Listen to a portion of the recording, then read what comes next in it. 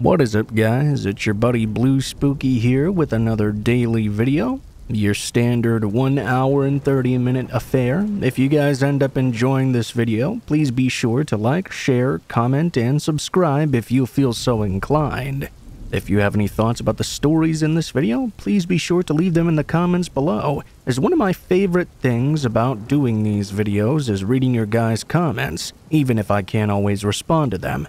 Last but not least, if you'd like to go that extra step and support the channel even more than you do by just watching the video already, go ahead and click that join button next to the subscribe button. It's $2 a month at the lowest tier, and you get a special icon next to your name when you comment, and special emoticons that you can use when you comment as well. No content will be locked behind the paywall, of course. It's simply something extra you can do if you'd like to support the channel a little more. Either way, I will get right into the video, and I hope you guys enjoy the true scary stories. Thanks for watching.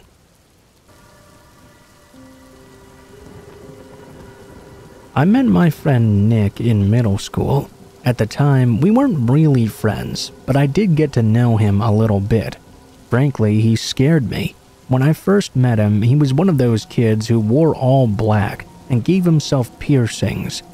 He would do it during class using safety pins. He was bipolar and had a slew of other issues as well, including being on drugs at the time. Fast forward a few years to high school, and I didn't really have any friends. I was kind of a loner. I have a fall birthday, so I was one of the first kids in my class to turn 16 and get my license and start driving myself to school. Nick had since grown out of the goth phase. He got on medication for his psychological problems and now seemed like a fairly normal guy. One day he was talking to me and asked me if I could give him a ride home. I was all too happy to help, considering at the time I was pretty desperate for someone to hang out with. I ended up becoming very good friends with him and another guy he hung out with as well. The three of us pretty much spent all of high school as a tight-knit group. Looking back, I think they kind of took advantage of me, as my family had more money than either of theirs. I was happy to share, though. I drove them to lunch and paid for it every time when they said they didn't have money. It would never be anything major, just a few bucks here and there. We did have some really good times, too. They were pretty good guys for most of the time. But I do feel like that was at least part of the reason why they became my friends at all. Even if that was the case though, it was worth it for me because they were literally the only bright spot in my otherwise miserable high school experience. Nick could be an ass sometimes, especially if you spent more than a day or so with him at a time. I took a week-long beach trip with his family and ended up spending more time with his brother than him because he drove me absolutely insane. There was even a particular incident at a go-kart track where he was literally screaming at a 10-year-old kid and trying to pick a fight with the kid's father after the race. Why, you ask? All because he'd cut him off on the track. Then he got pissed at me for not backing him up when I was too busy trying to crawl into a corner and pretend like I didn't know him. It was all just so ridiculous. I was embarrassed. Actually, friend or not, I was hoping the guy would kick his ass because he deserved it. After high school, Nick stayed in our hometown and went to local community college. Me and the other guy went to State University, a few hours away. We actually were roommates. We would see Nick when we came home on the weekends. After that year, he joined us. Nick was really struggling though, and was in and out of school, never really trying that hard. At one point, his girlfriend from high school cheated on him, and he took it pretty hard. They started adjusting his medication. I don't think they ever got it quite right, because he was never the same again. During this time, I introduced him to my girlfriend's sister. We actually had gone to school with her, but never really knew her until I started dating her sister. Anyway, they started dating as well. At first, it was cool because we could go on double dates and stuff. I was a little worried though, because I knew how he could be sometimes. I was afraid of what might happen if their relationship ever went south.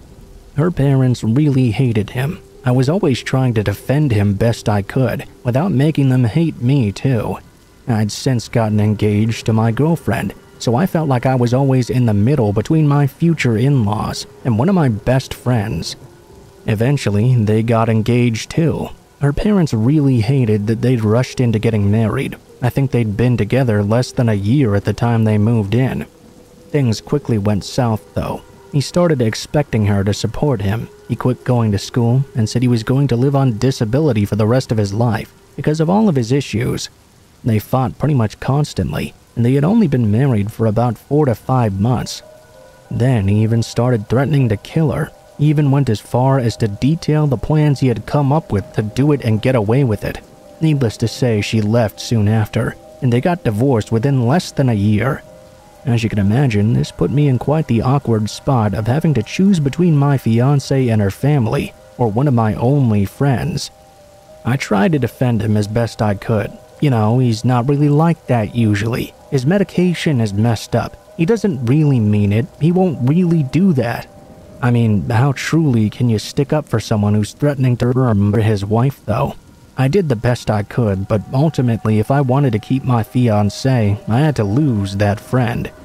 Our other friend was supposed to have been my best man, but he refused after what happened with Nick, so I ended up losing both my friends over the ordeal, pretty much exactly what I'd been afraid of.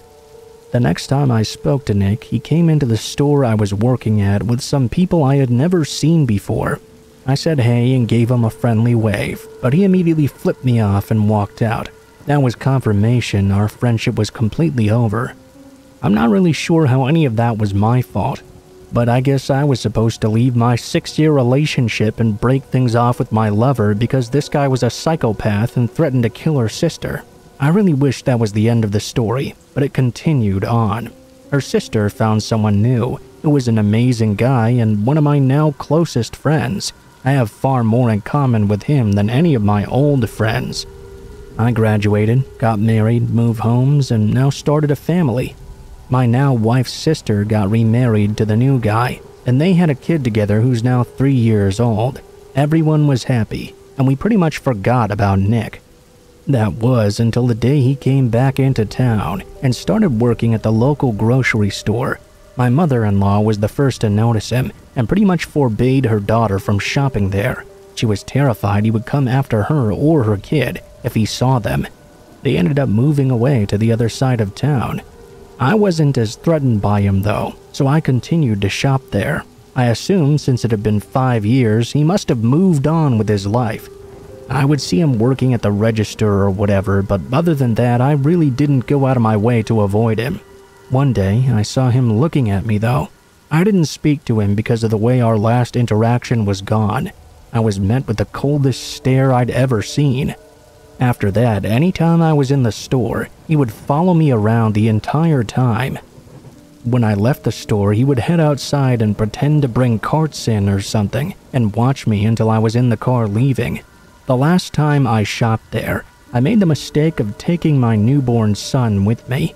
He started fussing, so of course I picked him up and tried to calm him down. At that point, Nick walked by and slammed into me, trying to make me drop my baby. Then he walked off like nothing had happened.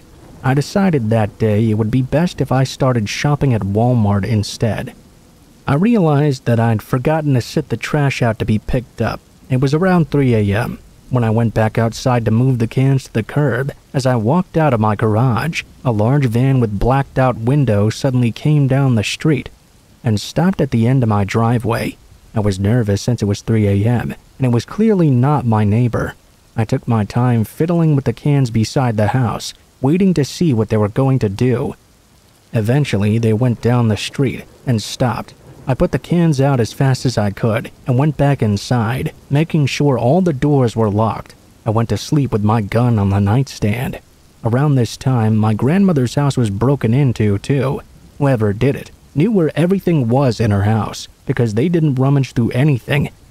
They just took all of her sentimental items, then went straight to the closet where my grandfather's guns were and took several of them as well. About a week later, they returned and cleaned out everything they hadn't taken the first time. We had no proof, so the cops wouldn't do anything, but I'm fairly certain it was Nick. He had been to her house before, and I had shown him the guns when we were friends. since whoever it was broke in knowing exactly what they were looking for and exactly where to find it. That narrowed down the list of suspects. Since then, I've seen that van driving around in front of my house at all hours of the night. It's becoming less frequent since I started shopping elsewhere, and thankfully nothing more serious has happened. I have to keep a gun nearby at night now, and I'm still hoping this doesn't escalate again.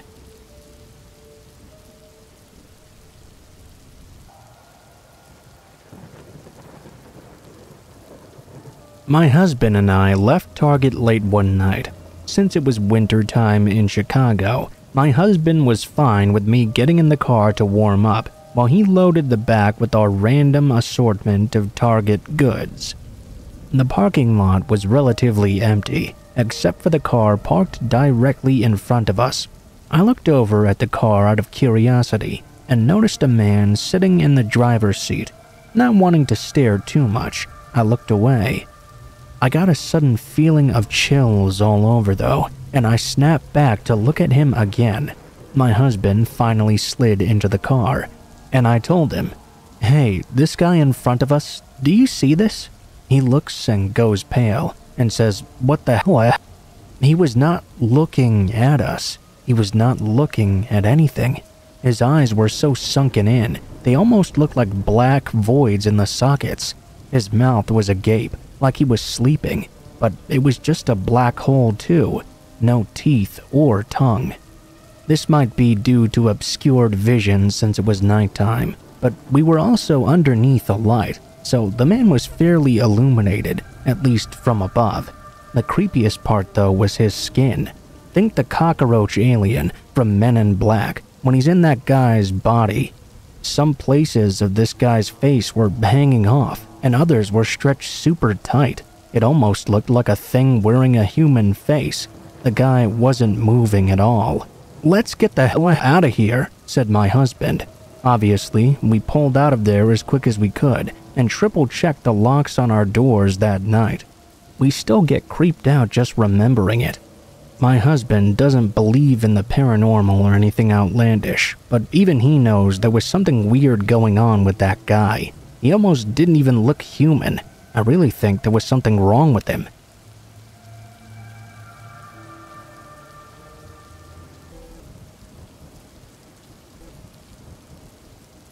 One night in July, a friend and I were road tripping home from a long vacation. We'd been on the road for hours on end and were growing very tired. We kept on pushing though, consuming supplements such as coffee and engaging in motivational conversation to pass the time. My friend's eyes were quickly sinking though. I saw signs in the distance for the next exit. We decided to veer off to an exit for Springfield, Ohio. Instantly, we began the search for a motel to rest at. Up ahead in the distance, we saw a sign for Night's Inn. If you've never been to a Night's Inn, it's a fairly cheap motel. Minimum breakfast, extremely shady rooms, and cheap prices for each night, but you really get what you pay for. My friend and I approached the front desk and requested a room. The owner seemed to hardly speak any English, but after dealing with a language barrier for about 10 minutes, everything seemed to be situated. We were set to stay in room 13. As we made our way to that room, we began to grow more and more tired. I slid the key into the door, and after a subtle click, the door unlocked. I pushed my way inside the room. As you might imagine, it was extremely underwhelming and had the faint smell of cigarettes and Cheetos. I kid you not. But hey, a room is a room. So after taking a shower, I climbed onto the twin-sized bed, and my friend did the same. Within 10 minutes or so, we'd both dozed off together. At 5 a.m. though, I was abruptly awoken by a heavy banging on the door. I glanced over to my friend, who shot up just as quickly as I did, trembling in fear. After about 3 minutes of being frozen there, I silently crawled over to my phone, avoiding the main window as to not be seen. I dialed 911 and explained the situation. They claimed they were sending an officer right away. The banging was still going on. so I screamed to the person outside, "What do you want?" Instantly, the banging stopped. I could hear muffled voices on the other side of the door. Then they began to fade away. At this point, it was around 5:30 a.m., still dark outside. I made my way over to the door and took a look out through the peephole. There was nothing there. As soon as I slipped back, though, a loud banging echoed throughout the room as someone began to pound on the window. A deep voice was heard laughing outside. It stopped soon after it began, and the cops never showed up. Right when daylight beamed through the window, we booked it over to the car and drove off. This, however, was not the most unsettling part. The next day, as soon as I got home, which was maybe another hour or so away, I began to watch the news. A 40-year-old man had been found at that night's inn. Room number 14, which was right next to the room we were staying in.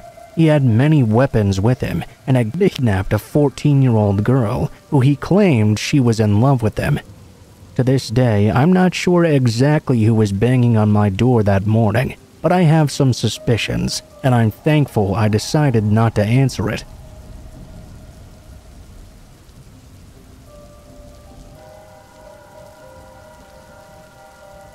When this happened, I was about 12 or 13. I was staying the night at my friend Rose's house, and her mom left us to care for her little sister while she went out for a few hours. Being the good babysitters that we were, we decided to head over to a local park that had a playground just to hang out for a while and let her little sister play around. We had been there for about 30 minutes and were just hanging out pushing her little sis on the swings when two guys showed up out of nowhere. They sat down at a picnic table close to the playground. The first guy looked to be in his teens, probably around 5'10", short dark brown hair, brown eyes, and a medium build. The other guy, though, had to have been in his early 30s. He was very large, about 6'1" and 250 pounds. He had this giant beard and shoulder-length curly hair with green eyes. We noticed them when they sat down, but didn't really give them a second thought. Apart from their age and unusual physical appearance for this area, there was really nothing that stood out about them. That was until the older guy, whose name was apparently Chris, decided to start up a conversation with us. At first, he asked us our names, and they gave us theirs as well. Then they asked what we were up to today, still being fairly polite. As a kid, I was raised to be very respectful of my elders, so I answered him, but kept my answer short. I continued to play with Rose and her sister, and he kept asking us questions. Where were we headed later? Did we want to hang out with him and his nephew instead, who was the younger guy apparently, a guy whose name I can't remember. All of this while getting closer and closer to us. We told them we were going home after Rose's sister was done playing, and that we weren't allowed to go anywhere else. He then offered some beer that he had with him and asked me if I smoked. I'd never drunk any alcohol up to that point, and I wasn't about to start that night. I declined his offer. He then started talking about how pretty I was and asked if I had a boyfriend. Without skipping a beat, he told me he'd recently gotten out of jail and was looking for a young girlfriend. I told him I didn't have one, but that I wasn't interested in having one like him either. During this whole interaction, he would occasionally address his attention to his nephew. From the interactions they were having, I quickly caught on they were in some sort of That's when I started to get a bit nervous. Even I knew you didn't mess with the people in the local I knew we had to be careful about what we said next. He was quiet after that, and I figured they were going to move on and bug someone else. I was wrong, though. He asked me if I wanted to hang out with them again, instead telling us how much fun we would have and how they could buy us whatever we wanted. I told him again we couldn't do so, and we had to watch Rose's little sister. He went quiet again. I know we should have just picked up and left right then, but I had just started getting into my rebellious stage and thought we could handle these guys no problem. Surely they weren't really a threat. We weren't ready to go back to Rose's house just yet. He sat at another picnic table, thinking that if we ignored them, they would get the hint and go away. Of course not, though. Not 1 minute later, Chris and his nephew came and sat down right next to us. His nephew stayed at one end of our table. Chris came and sat right next to me. He started talking to me again about how pretty I was and how he could be my boyfriend. We should go hang out at his place or whatever. I wanted to go at this point. His nephew actually started looking kind of nervous. He started chatting with Rosa. I could tell, though, he realized just how young we really were and that his uncle was really about to cross the line. He told his uncle he thought they should go do something else because Rosa and I weren't allowed to do the stuff they wanted. Chris wasn't having any of that, though. I don't remember what he said next. He was sitting next to me. The next thing I know, though, he put his arms around my shoulders and pulled me into his side. I was completely caught off guard and didn't even know how to react. I'd never had an older guy that close to me, let alone touching me like that. I know I should have at least pushed him away or done something, but I froze. He kept saying again and again how he would be my boyfriend and take care of me from then on, asking me to go somewhere with him. I started slowly trying to get out from under his arm without trying to make a big deal out of it. At this moment, I was getting really scared. He was getting pushy, and I didn't want to piss him off, as it was just us in the park. I couldn't see or hear anyone else around. He then pulled me closer to him, and this time he kissed me. It wasn't just a quick little peck on the cheek either. It was a forceful, lingering kiss that completely threw me off. My mind started racing. I couldn't believe what just happened. Even Rose was sitting there with a complete look of shock on her face. I decided I'd had enough of this, and we had to get out of there. I pulled away one last time. It was now very obvious what he had on his mind. I told him it was getting late and we had to get home, as her mom was expecting us soon. He didn't seem very happy hearing that. I told him maybe after we could come back and hang out with him a bit more. It was obvious he didn't want to let me go, but we promised we would come back after. Finally, I guess he either believed me or decided to just let me go. I grabbed Rose's little sister to carry her home. I had turned around and was getting ready to tell Rosa we had to leave. Suddenly, he seemed to have changed his mind.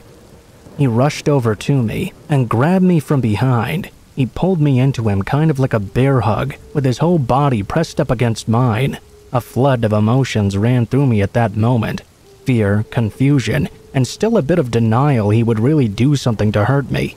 I knew that was wrong either way. I needed to get the hell away from this guy. I was kind of in a state of shock, but I knew I had to keep my wits about me. I decided to play along and try to work out a way for him to let us leave without making him mad or think I was lying to him. I told him that if we weren't back on time, Rose's mom would come out looking for us personally. I promised him we would just drop her sister off and come back right away. He let me go, but he didn't seem convinced. I told him as convincingly as I could that we had to take the little sister home and told him to just wait there for us. He seemed to have bought it. We quickly started walking back to Rose's house while he and his nephew sat at the table. As I glanced back, I saw his nephew trying to get him to leave again. I thought, great, they're leaving now. There's no way they're going to see where we're going or follow us. Wrong. Just as I thought they were going to leave in the opposite direction, the guy decided to follow us. We had a bit of a head start, but he was a really big guy and was gaining on us quickly. We hurried as fast as we could. We didn't want him to see where she lived. Once we got to her street, we took off running. We finally got back to Rose's apartment and thought we were in the clear. I could hear Chris calling out my name outside, but I couldn't see him. We got inside as quickly and quietly as we could. Once inside, we went over to the window. I could still hear him calling out my name and getting really close as well. We decided to stay quiet and carefully watch from the window to see if they had seen where we'd gone. Luckily, they walked right past our apartment. We both breathed a huge sigh of relief, then started freaking out. Neither of us had ever experienced anything like that before. We were just glad it was over now. We were in the clear. Shortly after that, Rose's mom got home. Neither of us had any intentions of telling her what had happened that night, as Rose's mom was not exactly the nicest. We were sure we would get into a lot of trouble, even though we didn't really do anything wrong. We went back upstairs and were just chatting with Rose's mom and her younger brother. Then we heard a knock at the door. My heart stopped, as I swore I could hear Chris's voice on the other side. We went back into the kitchen, as Rose's mom went to answer the door. It was Chris and his nephew again. Somehow they must have seen us. They asked Rose's mom if we were there, but luckily we had been smart enough to give them fake names. And even then, Rose's mom was clearly having none of this. She told them to get the hell out of here and slammed the door in their face. Of course, she knew something was up and asked us if we knew them. We weren't about to admit that we did, though. We just told her we had no idea what was going on or who they were. I don't think she really bought it, but she left it at that. She told us not to answer the door. Later that evening, her mom had to go out again, so it was just Rose and I in the apartment now. We were hanging out in the living room, talking about how crazy what happened earlier turned out to be. Then we heard two voices that sounded very familiar just outside the window. I was terrified to even move. Then came a knock at the door. There was no way we were going to answer it now. We kept as quiet as possible and prayed they would just go away. They called out our names and tried knocking again. One of them even tried turning the doorknob. Thankfully, Rose's mom had locked it on her way out. They tried knocking one more time. The last thing we heard was their footsteps walking away from the door. We never saw either of them again, and we didn't go back to that park again for quite some time. It was a surreal experience. However, I will never forget the feel of his body against mine, or how he reeked of cigarettes and beer.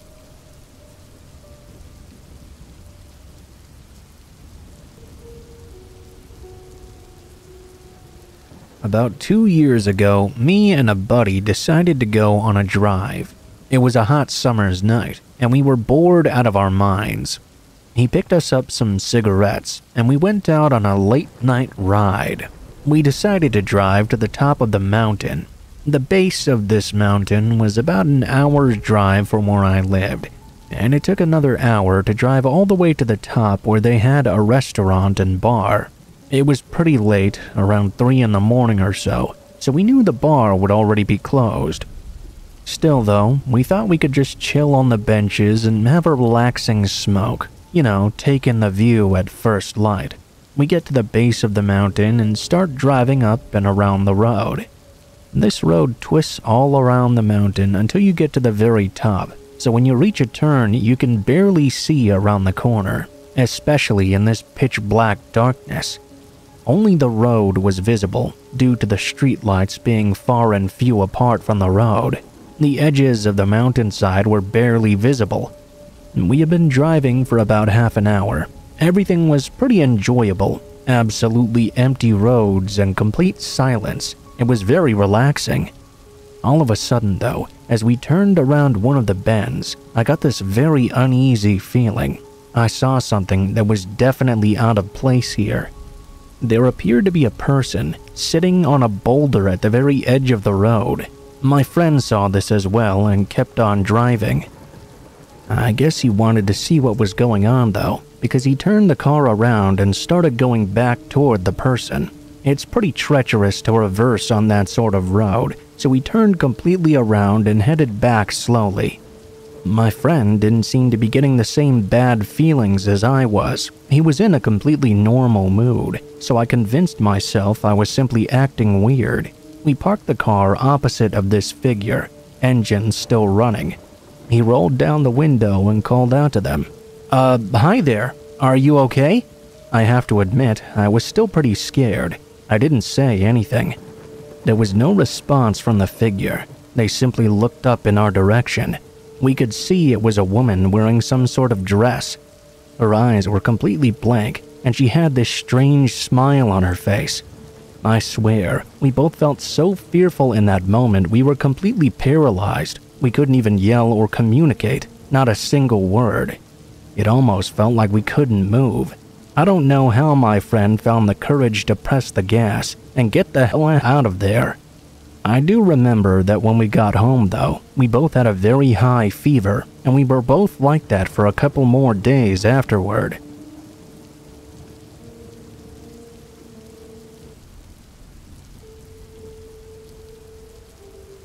About 4 years ago, I was a junior at a small college in LA County, bordering my town. There was a large cavernous region known as Turnbull Canyon. It's the kind of place that has a healthy amount of creepy folklore surrounding it, with an area emphatically known as Hell Gates. Stories of occult activity, killings, abandoned mental institutions, and the like. The kind of dish you'd hear about any place old enough to have a reputation. In reality, most of these stories were spurred from a tragedy that occurred years prior. A woman's body had been found at the base of the canyon. From then on, the rest is history. Nevertheless, when a photographer friend asked me and another buddy to go out to the canyon in order to help him take some photos of the LA skyline, I had to oblige. The canyon is about a 30-minute drive from our campus. Now, we had been listening to the King of Limbs the entire drive, which proved to be the perfect ambience to get me feeling pretty anxious about our excursion. I should also note I'm a pretty anxious guy in general, so traveling out to a remote area preceded by its reputation for frightening occurrences admittedly had me thinking twice about the decision. At the top of the canyon, there's a small residential area with a few ritzy houses surrounded by trees and woods. In order to venture into the canyon itself, though, you have to follow a main trail with several smaller arteries that split off in random directions. Ultimately, they all culminate at the base of a steep hill, adorned with an old water tower overlooking the city. Anyhow, we parked our car at the top of the canyon road, got out the camera gear, and made our way out to the trailhead. It was around 1 a.m. at this point. After watching the trail for about 5 minutes, Dave the photographer decided it was time to set up his first shot, while Jeff, our other friend, and I kept watching. Eventually, he got the shot he needed, and we continued walking for another 5 minutes or so. Dave set up his next shot, and so on and so on. At this point, the trailhead had disappeared behind us completely. We were a little less than a quarter mile away from the water tower. While setting up the tripod again, we noticed the faint glow of headlights off in the distance. That was pretty strange. This trail was not meant for cars, nor was it big enough for them to pass through. If I recall correctly, it was only 5 feet wide, with shrubbery on both sides. This was clearly a red flag for us, as we were the only people out there. Immediately, we packed up our things and ducked off into the brush, waiting for the car to pass on. Eventually, an old pickup truck idled to a stop about 50 yards from where we were hiding. The truck itself was very old and rickety, sitting on a lifted chassis, the bed of which was missing entirely. Growing up in the country, I knew this was the type of truck typically owned by backwoods folk who lived out in the boonies and preferred to be left to their own devices. We watched in agonizing anticipation as the truck idled in place for several minutes before flooring it down one of the other trails. The roar of the engine echoed throughout the canyon. Clearly, we were spooked at this point, and the three of us speculated as to our next step. Jeff and I were reluctant to continue, while Dave assured us it was probably nothing, just a guy off-roading in his spare time, as he put it. With great reluctance, Jeff and I trudged on behind Dave toward the water tower to get his final shots. Nevertheless, I couldn't shake the feeling that something was off about that truck. I mean, I knew plenty of people in high school who would go off-roading for fun in the woods, but never on finicky canyon trails barely wide enough to hike on. It just didn't sit right with me. After walking without interference for an hour, we finally made it to the water tower and climbed up to the top and took in the view of the city. Once again, Dave started setting up his equipment, while Jeff and I stood on both sides of the water tower keeping watch, just in case the truck came back. At this point, though, there was nothing. It was around 3 a.m. when Dave decided he'd finally got all the shots he needed. We packed up the equipment and committed to heading out before it got too late. Just as we were preparing to descend the hill, the truck comes roaring out of the canyon below us, back onto the trail. At that point, the driver attempted to climb the hill, revving his engine quite loudly. Scared, the three of us slid off the side of the hill into the brush once more, clinging on to plants and rocks as the truck shot to the top of the hill, slowly driving in circles around the tower. We could see the glow of headlights each time it circled above us. After waiting for nearly 10 minutes, while also trying not to make any noise, the truck eventually descended back down the hill, stopping in the middle of the trail, no more than 100 yards away. We watched a scruffy man in his mid-50s step out of the truck and into the glow of its headlights, moseying around, looking at the ground. Then he wrote something down on the dirt, surveying the area intently. It became increasingly apparent to us that he was tracking something. Our footprints. This next part still chills me to the bone, as my friends and I huddled together, watching in complete terror. Another man wearing a long dark parka emerged from the bush where we'd been hiking just a bit before, joining the other man at his side. Apparently, he'd been out there the entire time while we were walking the trail, just following behind at a safe distance. The two of them talked for a while. We couldn't hear a word as they continued scanning the area, searching for our footprints. Eventually, they got back in the truck and drove down one of the forks in the trail. We sat there in silence for a long time, waiting nearly 2 hours to ensure the coast was clear. At that point, we made it back to the car, down the canyon, and back to our campus, just in time for class in the morning.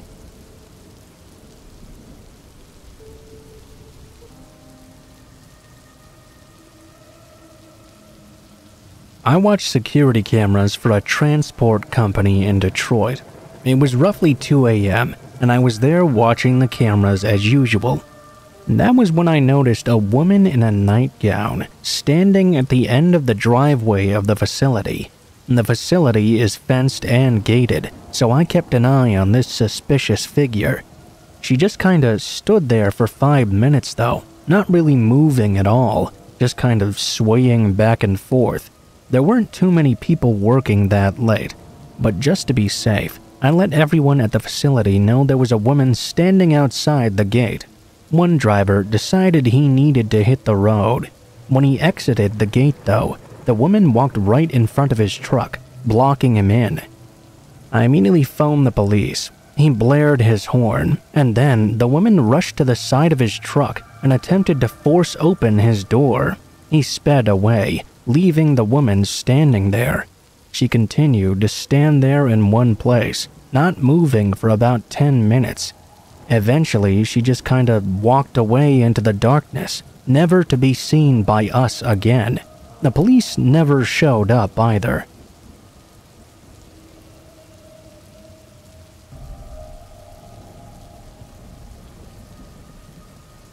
Now, I've been holding on to this story for 6 years or so, and I haven't really spoken about it to anyone.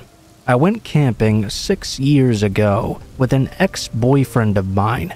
The campsite we'd picked was absolutely beautiful, and we were able to drive through some rough trails. The spot we picked was next to some hiking trails that weren't very far away from some natural hot springs and a huge waterfall. We were in the middle of nowhere though, so absolutely nobody else was around. We set up camp the next day and went hiking. We soaked up in the hot springs and came back down and had dinner together. So far, it was all going very well, until the next day. I need to give you some context as to how we slept that night, so you can fully understand my confusion. Before we went to sleep, I put our food cooler and the stereo we'd brought into the car and locked it up. I put the keys in the front pocket of my backpack and laid the backpack next to my sleeping bag on the right side of the tent. My boyfriend at the time slept nearest to the door of the tent with a gun next to him. We woke up the next morning and I felt pretty fine. I had slept pretty hard. From inside the tent, everything seemed perfectly normal. We got out to our campsite, only to see it was in absolute chaos. The fire pit we'd made had been ruined. Our stuff had been thrown over and scattered everywhere. The stereo had even been smashed to pieces, laying next to a tree nearby. All of our car doors were open, including the trunk. We stood there for a minute in silence, just taking everything in. The woods felt off. It was quiet, and not like the peaceful place we'd seen yesterday. Everything felt wrong somehow. My ex accused me of not locking the door the night before, and that an animal had gotten into our things. I was absolutely sure I had done so, though. I went back into the tent to get the keys from my backpack and check, only to find they weren't there. I found them later, on the ground next to the car, which was a wake-up call for me. We stuffed everything into the trunk and left soon after. My boyfriend was quiet and wouldn't talk to me about what happened. He finally spoke up when we were almost home and told me that he'd had a dream that night. Somebody was leaning over him, holding a gun, just staring at him. When I tried to question him more, he said he didn't want to talk about it and I shouldn't speak about it ever again. I tried to forget about everything, but I just can't. Something wrong happened to us in those woods that night, and I can't really find a good explanation.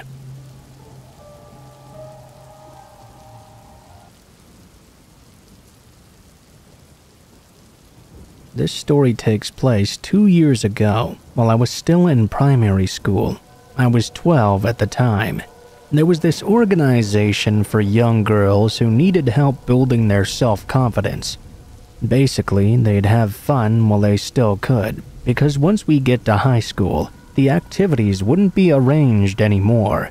One day, there weren't too many girls there, so the leaders, we'll call them Lisa and Beth, decided to just bring the class to the playground next to the school, where we went twice a week. It was around 4 o'clock in the afternoon. At the opposite end of the playground was a row of houses. There was a woman in maybe her late 30s and a boy about 7 years old in the corner. They both had dark hair and looked to be of Asian descent. I don't remember what they were doing exactly, but I remember getting a very uneasy feeling about this couple of people. I didn't really like the woman especially, and didn't want to get very close to her. There was something wrong with her mannerisms. It gave me the real creeps. Luckily though, they stayed in the corner, and I stayed close to Lisa and Beth. I figured it would all be okay. We played for about 15 minutes before we took a short break. I just happened to be randomly looking in the direction of the fence when I noticed a boy at the end of the playground behind the fence. He was about 25 feet from the mother and the other boy. He looked about the same age and had blonde hair. I thought this was odd, as this young child was there all alone. I suddenly noticed the mother walking toward one of the houses on the opposite side of the playground. I spotted the two boys approaching each other. I turned around to Lisa, when suddenly my friend Jody ran past me crying hysterically. Lisa began to panic at Jody's behavior and asked what was wrong. Before they could get a straight answer out of her though, I heard the sounds of a scuffle. I looked back and noticed the two boys were now locked in a physical altercation. Then I noticed the woman returning from the house she'd went to. My blood went ice cold when I noticed she was holding a large knife in her hand, heading directly toward the two boys. All the girls in my group ran out of the playground with two of them crying. I stood paralyzed and shaking, convinced I was going to witness a woman stabbing a 7-year-old boy to death. Beth began moving quickly toward the woman to intercept her, and Lisa went to break up the fighting boys. When Beth asked the woman why she had a knife, she just laughed sarcastically and said something about clearing some branches to make a tree house. Obviously, that made no sense at all, especially because it was the middle of autumn, so there were branches all over the ground anyway. Lisa called the police, and we were all told to move further away for safety. 10 minutes later, we noticed red and blue lights coming from the distance. I tried comforting Jody, who was still crying, but I was having trouble keeping a brave face myself. After being confronted by Beth, the strange woman ran back to her house and put the knife away. I guess she got the sense the police were on their way. After the police arrived, she was interviewed, but wasn't taken into custody, probably because there wasn't any evidence to arrest her. The mother of the second boy eventually arrived and held him close. I don't know why she'd left him there all alone. I assume he must have walked away from her and she lost him or something. Anyway, that's my story. I don't know what she was planning on doing with that boy who was fighting with her son, but with such a large knife, her intentions could not have been good.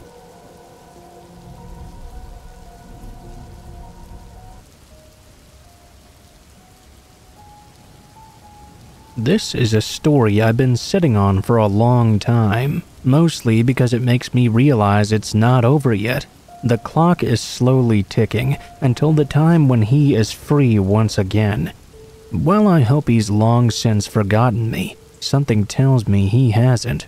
I should back up a bit though. This happened in 1999 when I was a sophomore in high school.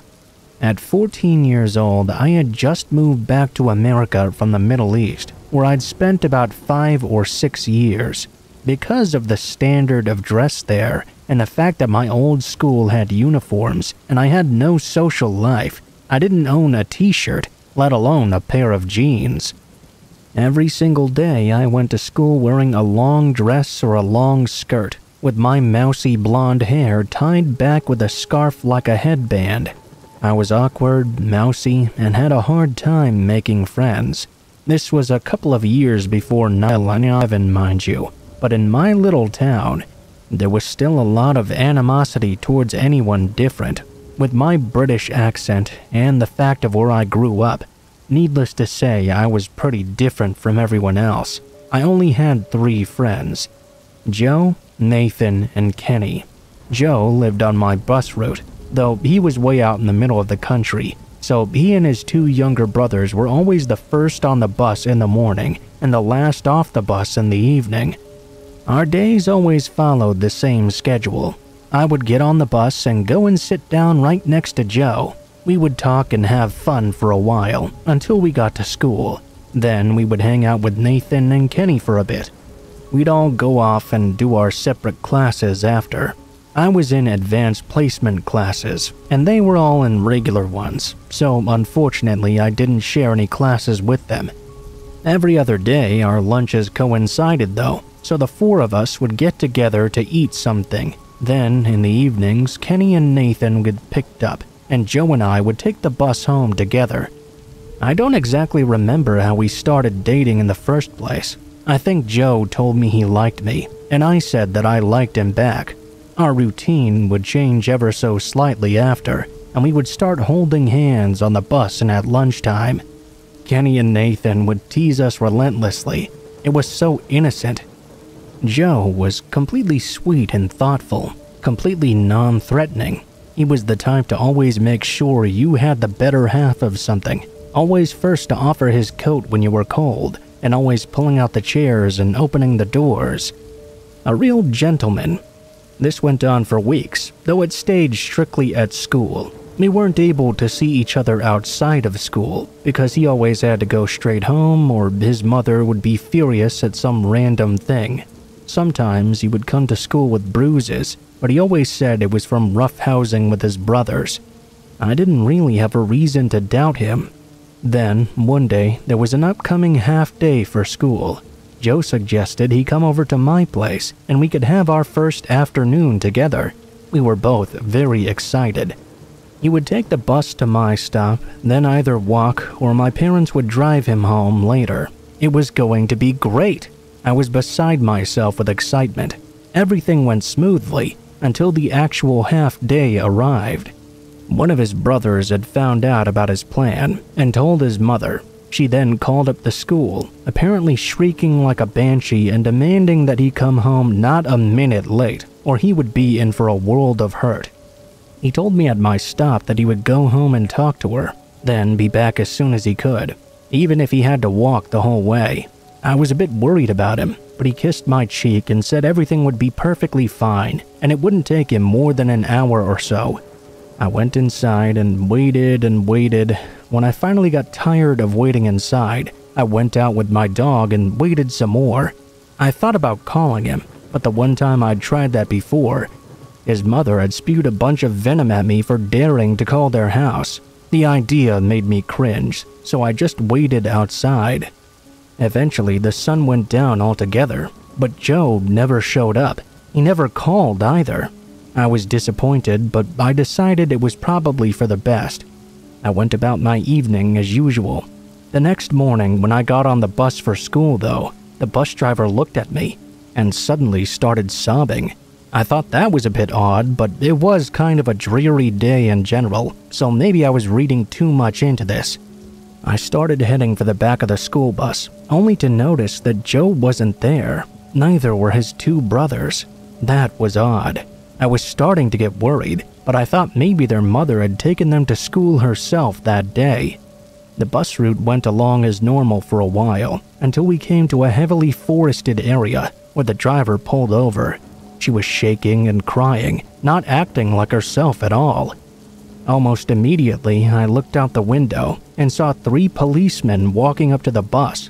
Apparently, they had pulled up behind her. She talked to them for a moment, then one of them led her off. The other took the wheel, and the third came and sat by me. I had to sit next to an officer. I thought I must be in trouble for something, especially since there were so many open seats. The man was very nice though. He chatted with me about school and life until we got to campus. Then both of the remaining officers followed us inside. I went to meet up with the boys where I usually did, but Joe was nowhere to be found. Neither of them had seen him yet. We just hoped he was okay. We went about our morning, and first period, I received a page to come to the office immediately. I thought it was about some scholarships I had been working on, but I thought it was weird they would pull me out of class for that. When I got there, the principal, the counselor, and the police were all there. I suddenly felt like a caged rabbit. Then, they told me what really happened the night before. When Joe got home, he had told his mother he was coming to see me no matter what, and that was final. Obviously, they argued about it. She grounded him, and then it came to blows. I found out later that his mother had been very abusive to him. It doesn't excuse what happened, but it does add some understanding, at least to me. After the confrontation was over, he laid in bed all night, planning on what he was going to do. He decided he was going to wait for his brothers to go to the school bus and hang back, telling them that he would drive himself to school. Once they were gone, he would take a butcher knife from the kitchen and finish his argument with his mother once and for all. The next morning, everything went as planned for the most part. He got his brothers up and dressed and out for school, and watched until they were at the end of the long driveway to wait for the bus. Then, while his mother was sleeping, he went into her room and stabbed her multiple times. Meanwhile, on the other side of town, the gloomy weather was causing troubles with the bus. I don't know the details, but I know it was running a few minutes late starting its route. One thing I realized while riding this, and that Hollywood seems to miss half the time, is that when you get stabbed while you're sleeping, you tend to wake up. She did so and screamed, and tried to fight back. He was too determined and strong though. Since the bus was running late, the brothers were still standing at the side of the road waiting when they heard the screaming. They both ran back and tried to help. They tried to defend their mother, but Joe turned on them, slicing one of them across the palm and stabbing the other in the gut. He ran when the bus arrived. The driver saw one of the brothers staggering up the driveway, covered in blood. In her panic, she called the police. Eventually, he made it to the corner store a little ways away. Some stories say he crawled there, but I can't really confirm, nor do I really want to. After the police finished questioning me, I was sent home. I remember lying on my parents' bed, staring at the TV, while live coverage of his capture played. I remember even seeing the news chopper filming as the police helicopter followed after Joe. He ran across a field. There was a cop perched out the door and braced on one of the landing struts as the chopper got lower. The cop jumped out and tackled him to the ground. That was the last time I ever saw Joe. The part that creeps me out, though, was what happened afterwards. He pled guilty and was sentenced to 40 years for murder and 20 for the assault on his brother. Not long after, the letters started. I never kept any, but they were all long, crazy ramblings about how we would be together forever, how he killed them for me, and how he truly loved me and would do anything to be with me. No regret, no remorse. He was truly happy about what he did if it meant I was going to be his. We moved a while later, and the letters stopped. I'm happily married now and getting on with my life. Every time I think about him, I remember that he's up for parole in 2020. What happens when he gets out? What happens if he comes looking for me?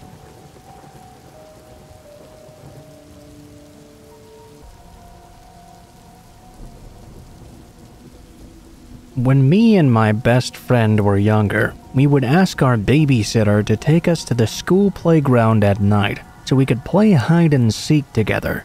We lived in a small town where everyone knew everyone else. We were all friendly with one another, so this wasn't abnormal or dangerous in the least, at least not at the time. We never went past our bedtime usually, but sometimes our parents were cool and let us stay up late to play hide and seek. At one point, I was trying to find my friend and the babysitter. As I looked for them, a car slowly drove by the playground. The car's lights were off and the windows were tinted as well. I watched as this car drove by and got the distinct feeling that whoever was inside was watching me. As they left out of sight though, I almost instantly forgot about it and went back to seeking. It came to be somewhere around midnight, and our babysitter thought it was about time to go home. Of course, we cried and begged for us to stay a little longer, but he said it was too late now. We started to walk up the hill that was behind the school when we all heard a car behind us. We looked over to see the same car driving through the grass towards us. My babysitter instantly grabbed both of us and threw us over his shoulders. He started running toward the bushes that cut us off from the other street. The car sped up, and so did my babysitter. As we arrived at the bushes, my babysitter forced us up and through a metal fence. I ended up getting cuts everywhere, but worst of all, I cut my leg on the fence and it was bleeding quite badly. I could hear the driver of the car calling out to us, asking in a kind voice, "Where are you?" Then in a serious and scary voice, "I know you're in there. I'm gonna find you." We ended up running to a house that had the lights on, and our babysitter banged on the door, begging them to let us inside. He screamed out that he had kids with him, and one of them was bleeding badly. A woman who we knew as Emily opened the door and pretty much dragged us inside. She shut the door behind her. Later that night, the police were called, and I was sent to the hospital to get stitches and a shot for the rusty metal I had cut my leg on. The story doesn't end there though. Later that week, my dad was watching the news as usual when a story came up. It showed the playground we were at a couple of nights ago and showed two medics rolling out a body covered in a white sheet. Apparently, the girl had been dead and had been there for a couple of days. The killer was never found, so he could still be out there. Sometimes I wonder if the man from that night in the car was the very same man that perpetrated that crime. If he had caught us, would we have been in the same situation that girl ended up in? Maybe she would be alive, watching the news to see our bodies being rolled into an ambulance instead. It makes me feel guilty, but I will never and have never stepped another foot in that playground ever since this happened.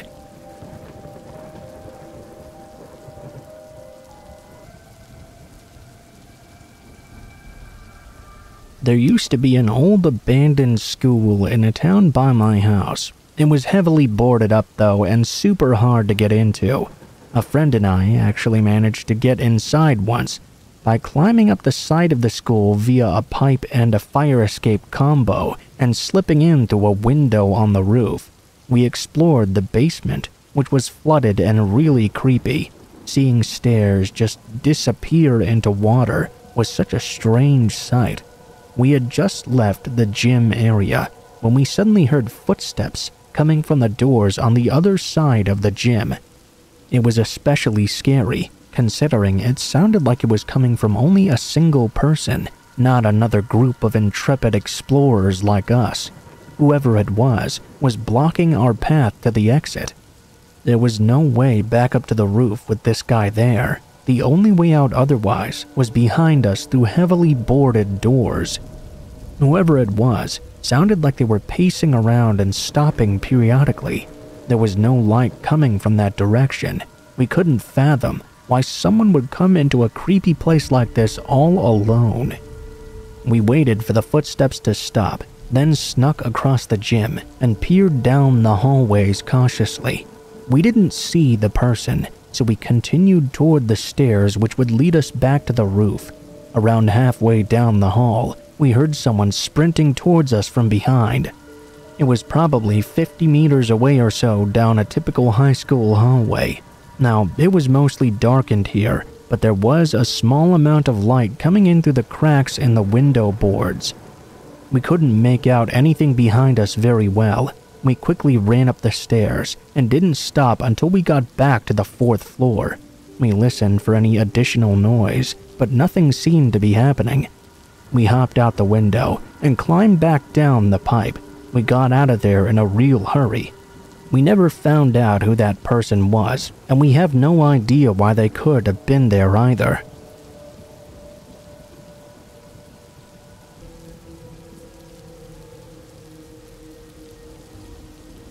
I'm telling this story on behalf of my best friend Tom, who I've known ever since childhood.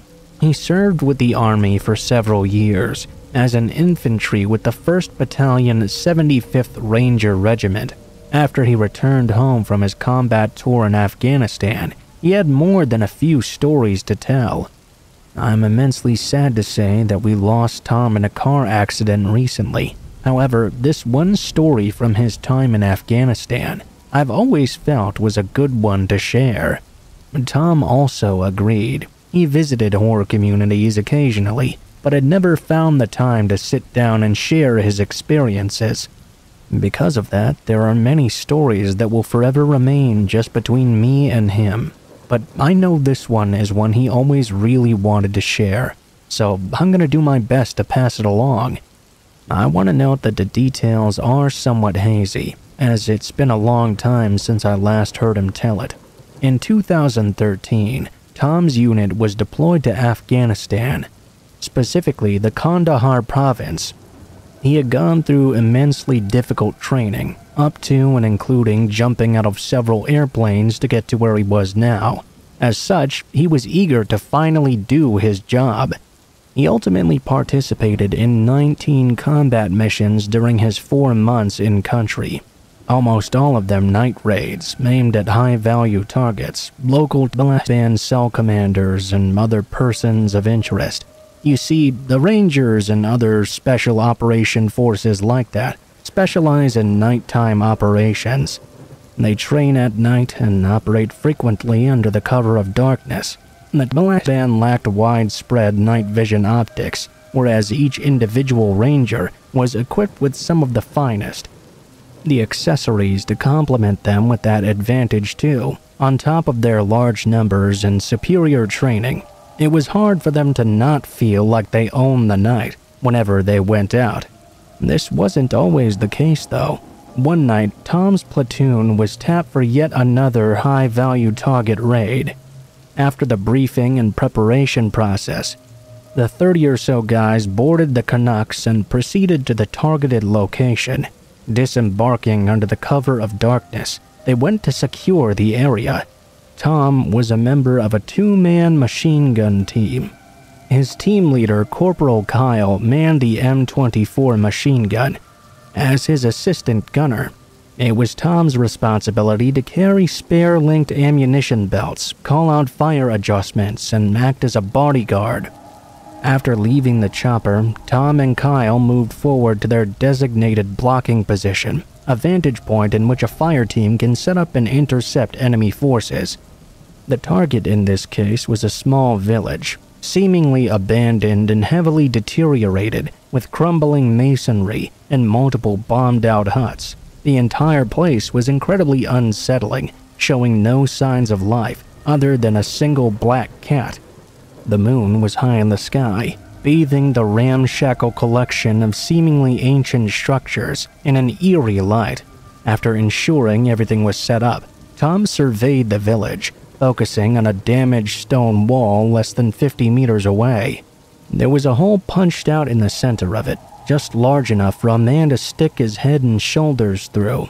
He watched the hole intently for almost the entirety of the time. He had his gun lined up at the ready, expecting the barrel of a gun to appear at any moment, but it never did. The rifle teams proceeded into the village and searched it from top to bottom, finding no trace of the high-value target they were after, nor any signs of life at all. Kyle and Tom relocated to link up with several members in a large ditch over 100 meters away from the target site. They continued to watch the perimeter as discussions were being held on how to proceed. That's when all hell broke loose. One of the platoon's senior sergeants came running over, yelling at Tom and the other rangers to get the f*** out of the ditch. The comms net exploded with orders to fall back to the LZ for immediate extraction. Tom and Kyle were beyond confused. The Canucks double-timed it back to the location and landed, allowing everyone to board. After a final head count to ensure no one had been left behind, the helicopters lifted off and returned to the airfield.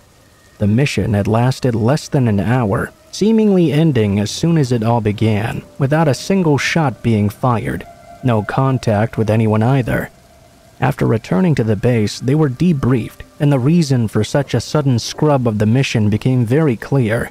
Shortly after Tom and Kyle had posted up in the ditch, signal collection specialists attached to the Rangers had picked up on enemy radio chatter. They were in the vicinity of the force. They had heard the band say that there were 6 men in the ditch, 2 of them manning the machine gun. They told them to flank the men, then proceeded to list a multitude of details about the force and their positions. They were stalking the Rangers in the night. Based on the chatter, it was clear an unknown number of insurgents were setting up a deadly ambush. Other than the intercepted broadcast, these Rangers had been completely unaware of their presence. None of the men on the ground had seen any indication of enemy activity. The trained canines hadn't picked up on any scent. The drones and Overwatch aircraft circling the area didn't see a thing, even with thermal vision. Yet the band were listing numerous meticulous details about the task force, as if they were standing right next to them. It was a humbling experience for the entire platoon. For Tom, that mission always sent a shiver up his spine looking back on it, even though later ops during the same campaign involved full-scale firefights and even other ambushes as well.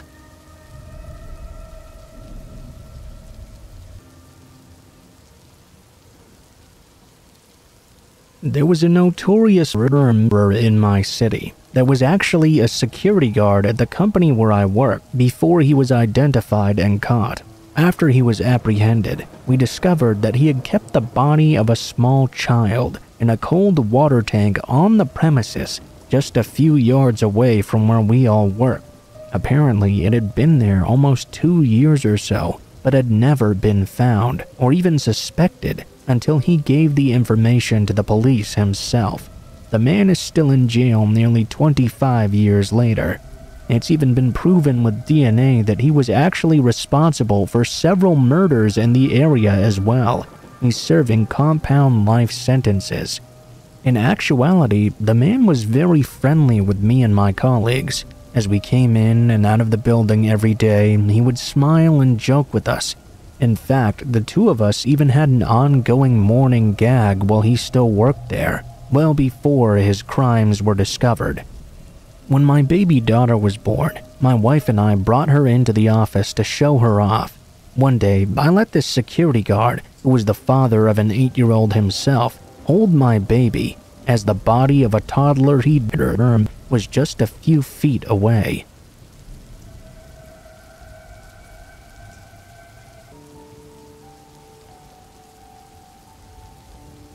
I'd pulled over for a break on the way to Melbourne from Sydney at a truck stop where there were no street lights or anything. It was pitch black, and there were no other trucks or cars at this stop.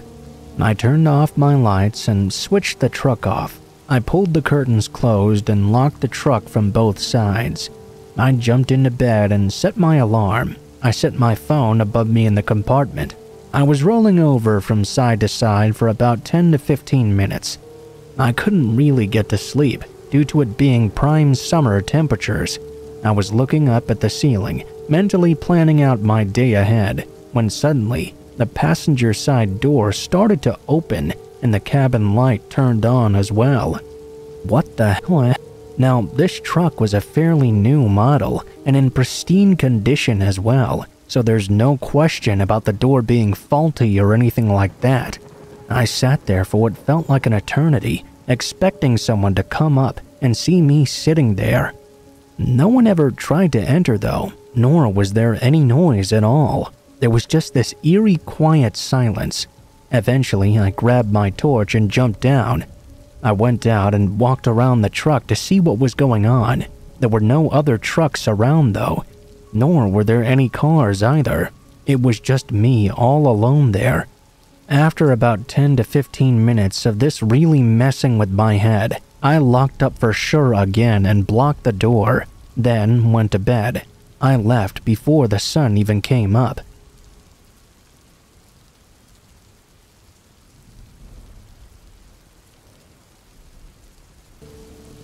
I remember one night I was in bed getting ready to go to sleep.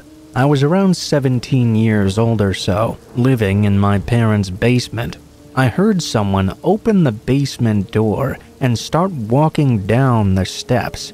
It sounded like they were wearing flip-flops, which was odd because it was very cold outside at the time. The steps continued downward. They stopped at a point where I couldn't see who it was. I thought it might be my brother, but he was out with his friends, and he never wore flip-flops either. I called out anyway. "Jake, is that you?" No answer. The walking continued toward my door. "Dad? Mom?" Still no answer. The knob on my door started to turn, but no dice for whoever was outside. It was already locked. I heard an audible, disappointed sigh. Then whoever it was walking away from my door and back up the steps. I was straight up scared as hell. I grabbed a baseball bat and slowly ventured out into the living room. I began to check the house. There was no one in the bathroom, no one in my brother's room, no one on the steps either. We had 2 phone lines at that house, so I called my parents' line. "Hey, Dad, did you see any headlights come up the driveway or hear anyone come into the house?" He hadn't. Were you and Mom just home? Did you come downstairs wearing flip-flops or something?" "What? No, go back to bed, son." I did eventually. I thought someone must have snuck into our house. It was the most genuinely terrified I had ever been, but I never really found out who it was in the end.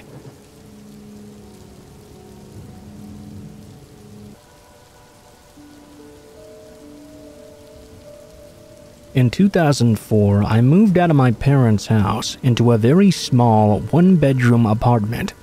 It wasn't in the best neighborhood, but it was all I could afford at the time. A few months after I'd moved in, I woke up in the middle of the night to a voice on the other side of my bedroom door. Someone was there in the hallway, in the dark, only they were whispering my name over and over. The scariest part of this was that whoever was on the other side of that door stood in the dark hallway to my apartment and whispered my name for hours on end. My cell phone was on the kitchen counter charging, and I sat there for hours helpless and beyond scared. When the sun finally started to rise, I heard the person walk away, and I never encountered anything like that again.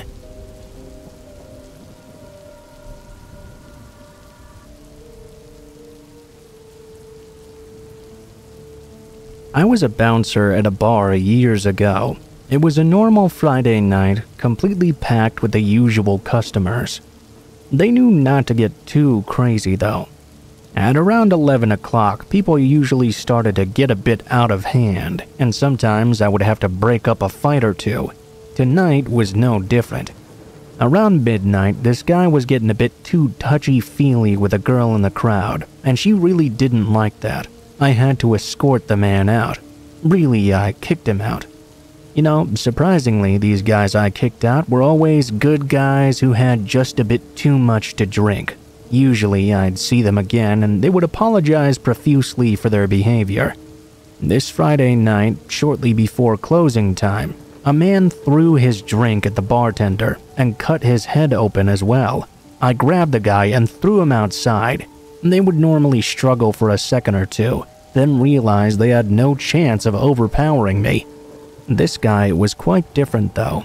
He struggled the whole time, and he was almost able to stack up to me. I could tell he had a violent temperament and was very used to fighting. After his ass hit the sidewalk out front, he sat up and said something like he'd be back or whatever, and I would see him later. I can't remember the exact wording. Thankfully, the bartender was alright, but he needed to go get a fair few stitches. It was closing time anyway, so we just told everyone that we were now wrapping up. We would appreciate all of them making their way out. I helped to clean up, as I always did, and when I was finished up, my buddy who worked at the kitchen always left with me, out the back door. We were walking down the alleyway behind the place when the two of us noticed there was somebody behind us. We kept on walking. I turned left onto the street where my car was parked. My buddy crossed the street and continued down the alley. I turned around to see if this guy would try to follow me or my friend, but I didn't see them cross the street or turn the corner. I got into my car and drove the miles away to my house. I had the following day off, but the day after that I was scheduled to work again. Before I left for work that night, my good friend and the owner of the bar called me and gave me some terrible news. My buddy, who was walking with me the other night, had been attacked and stabbed to death further down the alley. I couldn't believe it. I told the cops about that jerk in the bar that night, but they never found out who really killed them. I don't work in that bar anymore, but I did for another 2 years after the incident. That guy from that night never showed up there again. I very strongly feel that it was him who attacked and killed my buddy.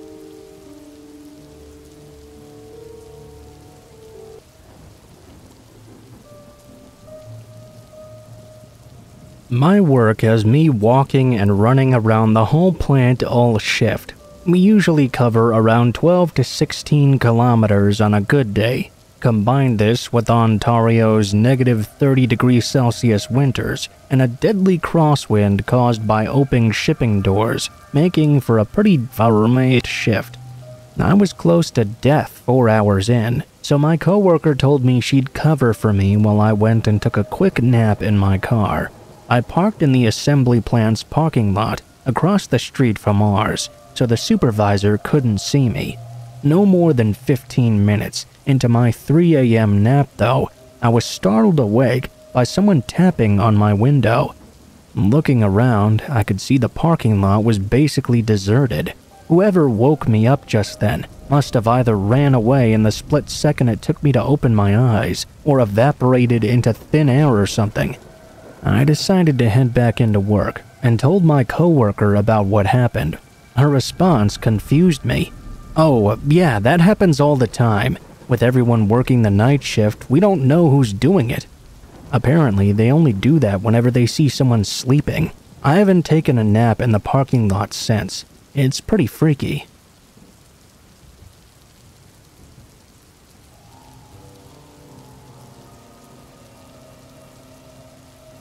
When I was a kid in the mid-90s, my friends and I were hiking around the woods behind our house on some timber property. It was at that point we found an abandoned farmhouse. The weird thing was, though, that the house looked like it had been left very suddenly. There was still unopened mail and magazines sitting on the coffee table, all dated back to the 1950s. The sheets and blankets were still on the beds, and the clothes were still in the drawers even. There was a pantry full of canned and jarred food, half of it either exploded or leaking after so many years. There were even dishes in the sink, dishes on the table, unburned candles still waiting to be used. As we checked the refrigerator outside, we found it full of what used to be food that had long since been turned to muck and dust. After exploring the house for a while, we checked out the farm portion as well. The chicken coop had dozens of chicken skeletons. There were 2 pig skeletons in a pen, and the remains of a horse and several cows in the surrounding pasture. It never occurred to me as a kid at the time of discovery, but aside from the house having been left so suddenly, it was really remarkable that this entire scene had remained undisturbed for all this time. There was no signs of vandalism, no signs of entry at all. As far as I could tell, we were the first people to set foot upon this unsettling discovery in nearly 40 years. I always wonder what the backstory behind that place was.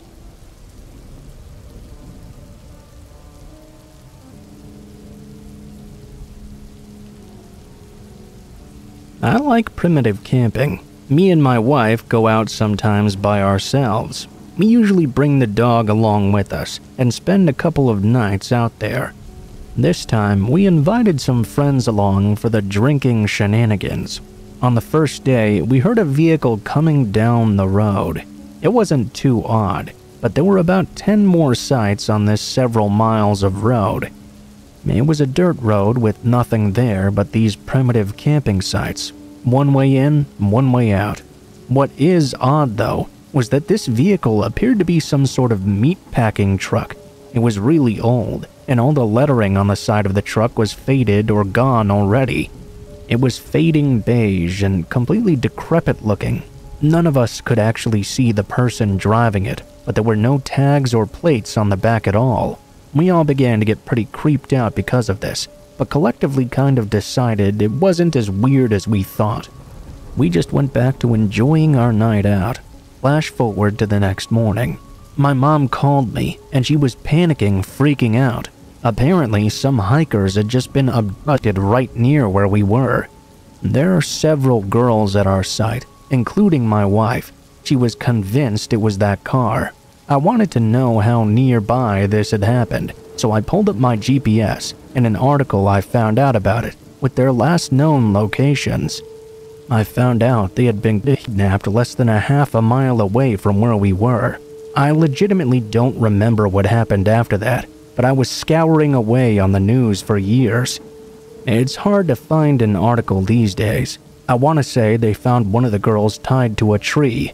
Apparently, there are quite a lot of people that get abducted and murdered on or near that parkway.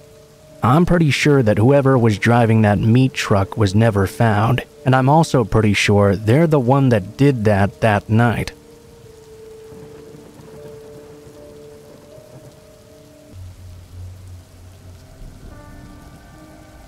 I was hiking through a set of old train tunnels in Colorado with another female friend of mine. When we got to the last and longest train tunnel, we both got this horrible feeling that we were being watched. We entered the tunnel and began walking toward the other side. We kept hearing these strange echoes and noises, but we both just nervously laughed it off. We had one flashlight to share between us, and it was pointed at the middle of the tunnel. It started to die right as we passed the halfway point. Before it went out, though, we saw this really creepy, white, faceless, man-sized doll. It looked like it had been stabbed repeatedly in the face. White stuffing was leaking out of all the holes. We began to hear a loud shuffling behind us. The light went out soon after, and we hauled ass and ran to the end of the tunnel. On the way back, we took an alternate route, and neither of us ever went back to that trail again.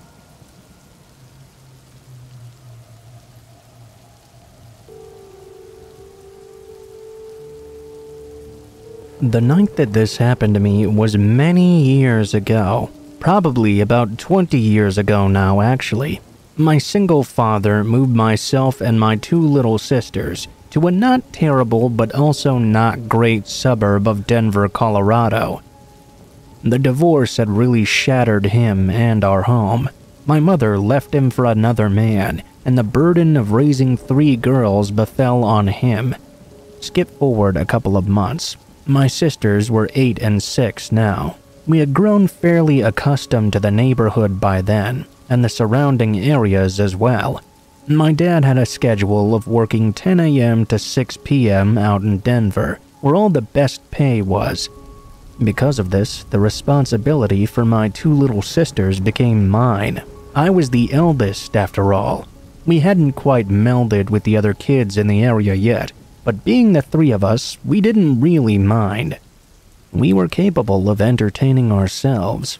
We used to ride our bicycles everywhere, to all the surrounding neighborhoods, the hiking trails along the river, and pretty much everywhere else, even along the train tracks.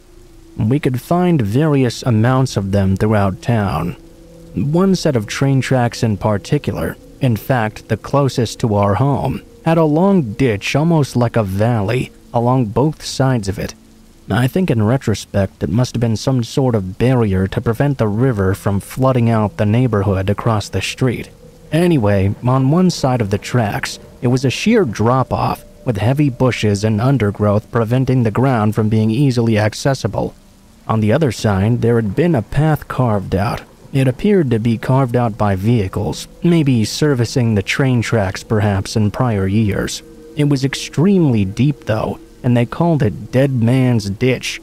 As I said, we used to ride our bikes around town a lot, especially in the summertime during the day, while our dad was at work. We would sometimes travel further away than he really allowed us to. We also had a game we played similar to Punch Buggy, combined with a license plate game. If any of us saw a license plate with double or triple characters consecutively, for example double B's or triple zeros, we would announce it and then attempt to hit one another. It was a barbaric game, but we were siblings having fun, so it wasn't too outlandish. I'm not going to share mine nor my sister's names here, but on this particular day we had been riding around for hours already, and were well past the hottest part of the day. It was cooling down and gearing up for sunset. We had made our way back toward home, and were less than a 2-minute bike ride from our house. I had been hanging a ways back, so both of my little sisters were in front of me. The youngest was out front, the middle coming up on her left, and myself 6 feet behind both of them. Just a few minutes prior to this, a silver sedan had driven past us going the opposite way. The car's plate number had double 6s on it, which I had called first as we were heading up the street. I heard a vehicle accelerating patiently behind me. This set off red flags, because where we were riding, we actually affected the oncoming lane. This vehicle was heading the same way we were. I turned to look and see, and automatically glanced first at the license plate. A silver sedan, Mr. 66. It seemed he was back now. I could see the driver, and he appeared to be a Hispanic man in his mid-40s, wearing a blue and red flannel shirt. He didn't say a single word though. He just looked at me for a second, then sped up, veering around us. I watched in horror as his open driver's side window lined up with my baby sister. He reached out and grabbed her hand and a handle for her bicycle. He slowed down a bit, trying to pull my sister off her bike and into his open window. Something must have happened to his car though, because as sudden as he had grabbed her, he released her again and slammed both hands back on the steering wheel. She took the chance and pushed like heck on her bike, racing towards Dead Man's Ditch. My other sister and I followed suit. After a moment of what I now recognize as tunnel vision, I heard the acceleration of the sedan behind me. By this time, we were all hysterical. I was trying to desperately see through my tears. This guy was clearly not going to give up. Whatever his deal was, he didn't want to let go of my sisters. Dead Man's Ditch was approaching quickly. Thinking on my feet, I directed both sisters down into the ditch, assuming 66 wouldn't destroy his own vehicle, attempting to follow us. My youngest sister cowered in fear at the top of the ditch, being afraid of falling down so far. My middle sister didn't need to be told twice though. She slid down the hill like it was nothing. As I caught up to them, the car was right against my back tire. I told them to just go. I was pretty sure this guy was going to kill us. I remember my other sister taking a huge breath and finally going down the hill. I held my breath until I was right behind her. All three of us made it down to the bottom. The man pulled his car right up to the opening of the path. He got out. I could see he was naked, wearing only the aforementioned flannel shirt, and boasting a giant on, which he proceeded to tug and wave in our general direction. I stood between my sisters and this creep. After a few minutes of exposure, I guess he decided we weren't worth the destruction of his car. He jumped back in the driver's seat and drove away. My sisters and I were hysterical, although my 10-year-old mind had switched to business mode. My tears ceased, only followed by my concern. I now somehow needed to get my sisters home safely. We waited for about a half an hour, but the car never came back around. We braved emerging from the trail and hightailed it home. When we got home, we told Dad everything, and he was understandably outraged. He actually took us around in his car to drive around the neighborhood and try to find the man's car. We couldn't find it. My dad called the police once we got back home, and we filed a report. Unfortunately, with only a description of a silver 4-door car with a license plate beginning with 66 and a Hispanic older man, that wasn't enough to track him down. They filled in Dead Man's Ditch a couple of months later, but not before it had managed to save our lives.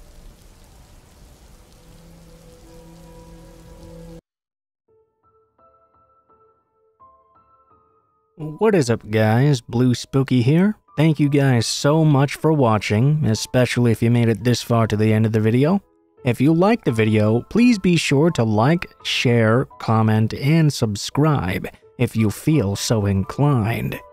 If you have any feedback for me as well, be sure to leave that in the comments below the video. If you guys have a story you'd like to send in, or if you'd like to contact me for any reasons, there will be links to my social media in the description below the video, including my Facebook, Gmail, and Twitter accounts. Go ahead and send me a message on any of those, and I'll try to get to you as soon as possible. If you do decide to send in a story, please be sure to include in the tagline what the name of the story is if it has one, what type of story it is if it has one, and how you'd like to be credited in the description below the video. Please make sure to include as much detail as you feel comfortable with, and try to use as much proper grammar as possible to make sure you have the highest chance of appearing in a future video. Overall, I think that's pretty much it for now, guys, so thank you so much for watching, and I hope you guys have a great day.